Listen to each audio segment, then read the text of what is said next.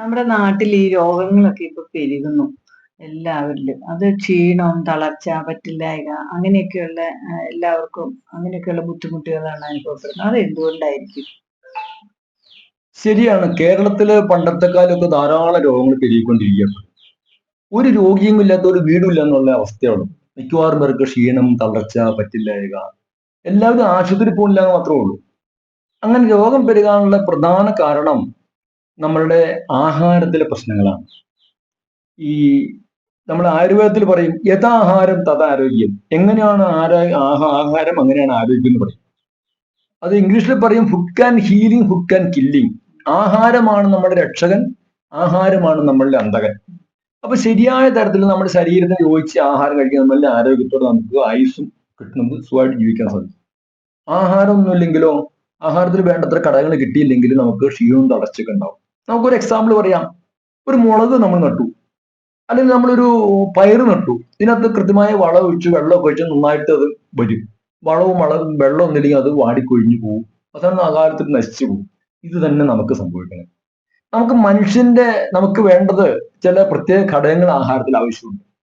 അതിൽ ആവശ്യം വേണ്ട ഘടകങ്ങളാണ്: ഒന്ന് കാർബോഹൈഡ്രേറ്റ് വേണം, പ്രോട്ടീൻ വേണം, ഫാറ്റ് വേണം, വൈറ്റമിൻസ് വേണം, പിന്നെ മിനറൽസ് വേണം, വെള്ളവും വേണം. ഇങ്ങനെ 6 ഘടകങ്ങൾ വേണം. ഇതൊക്കെ എത്ര വെച്ച് വേണം അപ്പൊ നമ്മുടെ ശരീരത്തില്? ഇതിനകത്ത് വേണ്ടത് നമുക്ക് അങ്ങനെ കൃത്യമായിട്ട് പറയാൻ പറ്റില്ല. ഓരോരുത്തരും വർക്ക് അനുസരിച്ച്.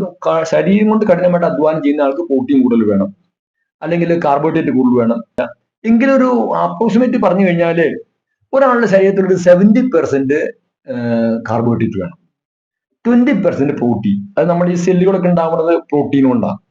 ഒരു 10% നല്ല ഫാറ്റ് വേണ്ടെന്ന് വിചാരിക്കും പല ആളും. കാരണം ഫാറ്റിനെ പേടി. അങ്ങനല്ല, ഫാറ്റ് വേണം. നമുക്ക് നല്ല കൊഴുപ്പ് 10% വേണം. ഇതാണ് ഒരു ശരിയായ ഡയറ്റ് എന്ന് പറഞ്ഞത്. പിന്നെ കൂടാതെ നമുക്ക് വളരെ കുറഞ്ഞ അളവിലാണെങ്കിലും വൈറ്റമിൻസ് വേണം, മിനറൽസ് വേണം, പിന്നെ ഫെറ്റോ ന്യൂട്രിയൻസ്, മൈക്രോ ന്യൂട്രിയൻസ്, ഇങ്ങനെ കുറച്ച് ഘടകങ്ങൾ, അപ്രധാന ഘടകങ്ങളുണ്ട്. ഇതെല്ലാം ഉണ്ടെങ്കിൽ മാത്രമാണ് ഒരു സമീകൃതമായിട്ടുള്ള ആഹാരം എന്ന് പറയാൻ പറ്റുള്ളൂ. ഇതുണ്ടെങ്കിൽ മാത്രമേ നമുക്ക് ആരോഗ്യത്തോടെ ജീവിക്കാൻ സാധിക്കുകയുള്ളൂ. പക്ഷെ എന്ത് സംഭവിക്കണമെന്ന് അറിയാമോ?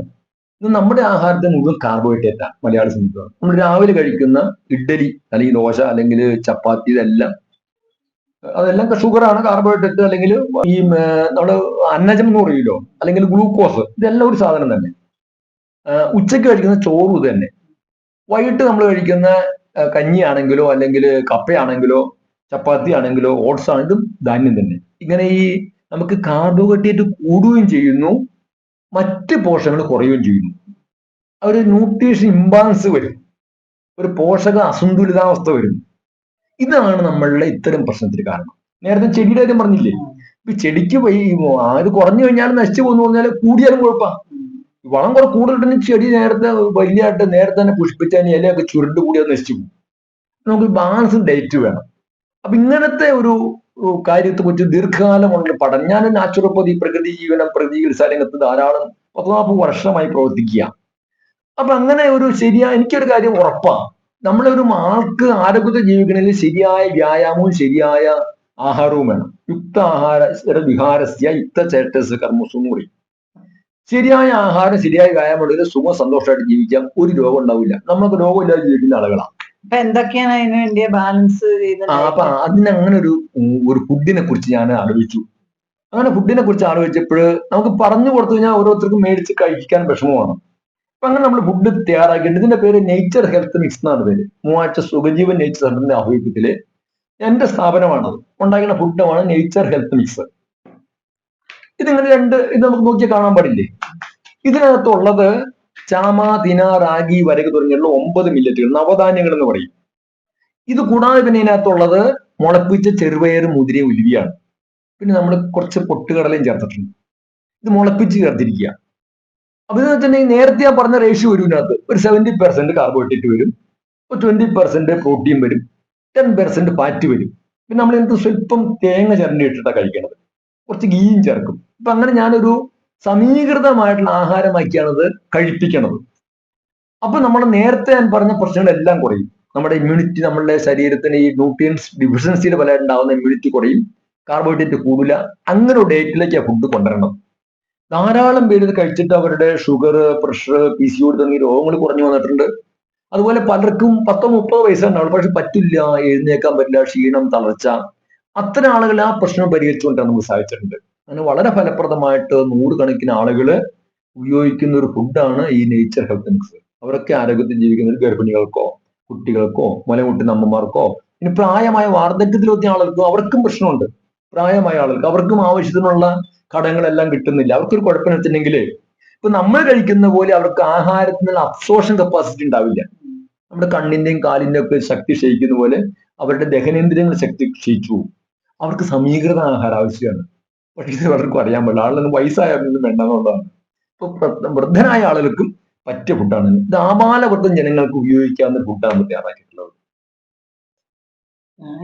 അപ്പൊ ഇതിന് ഒത്തിരി വില ആവില്ലേ ഇത് കഴിക്കും? കൂടിയ ഭക്ഷണം അല്ല.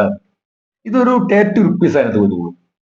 നമുക്കൊരു നേരത്തേക്ക് ഒരു അപ്രോക്സിമേറ്റ് ഒരു 80 ഗ്രാമോ 90 ഗ്രാമോ 100 ഗ്രാമോ എടുത്ത് കഴിച്ചാൽ മതി. അതിന് വരുന്ന എമൗണ്ട് ഇത്രയാണ്. പിന്നെ ഇതിന് മറ്റൊരു പ്രത്യേകത ഉണ്ട് ഈ ഫുഡിന്. ഇതൊരു റിച്ച് ഫൈബറാണ്. ഞാൻ ഫൈബറിന്റെ കാര്യം പറഞ്ഞത് റിച്ച് ഫൈബറാണ്. ഫൈബർ ഉണ്ടെങ്കിൽ നമുക്ക് കോൺസ്റ്റിപ്പേഷൻ ഉണ്ടാവില്ല, പുളിച്ചതായിട്ടുള്ള നെഞ്ചരിച്ചില്, പിന്നെ കോളൻ ക്യാൻസർ, വയറിൽ ക്യാൻസർ വരുന്നുണ്ട് ആൾക്ക്. ക്യാൻസർ അങ്ങനത്തെ പ്രശ്നങ്ങളെല്ലാം ഒഴിഞ്ഞു കിട്ടും ഇതിനകത്ത്. പിന്നെ ഈ നമ്മളെ പ്രോബയോട്ടിക് ഒക്കെ വളരണം, ബാക്ടീരിയ ഒക്കെ വളരണ ഈ ഫൈബറിലാണ്. റിച്ച് ഫൈബറാണ്.